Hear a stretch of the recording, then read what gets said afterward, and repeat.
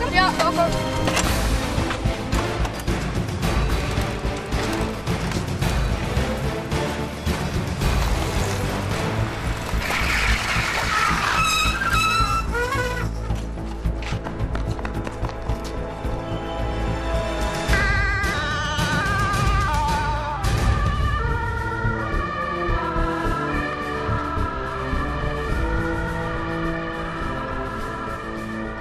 Als de pieper gaat,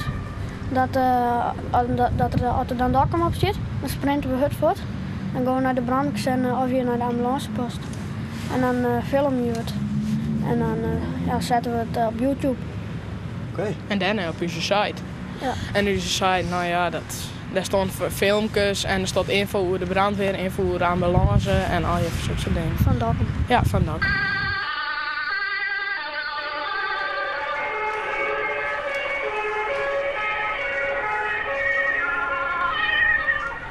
Wat vind je daar nou leuk aan? Nou ja, het is gewoon een hobby om wat maakt je oors dan? Ik zie mezelf nog net maar een breinaald of zo, breitje, maar dit is gewoon leuk. Je mag de hut fietsen, vast van haar, ja, en de actie.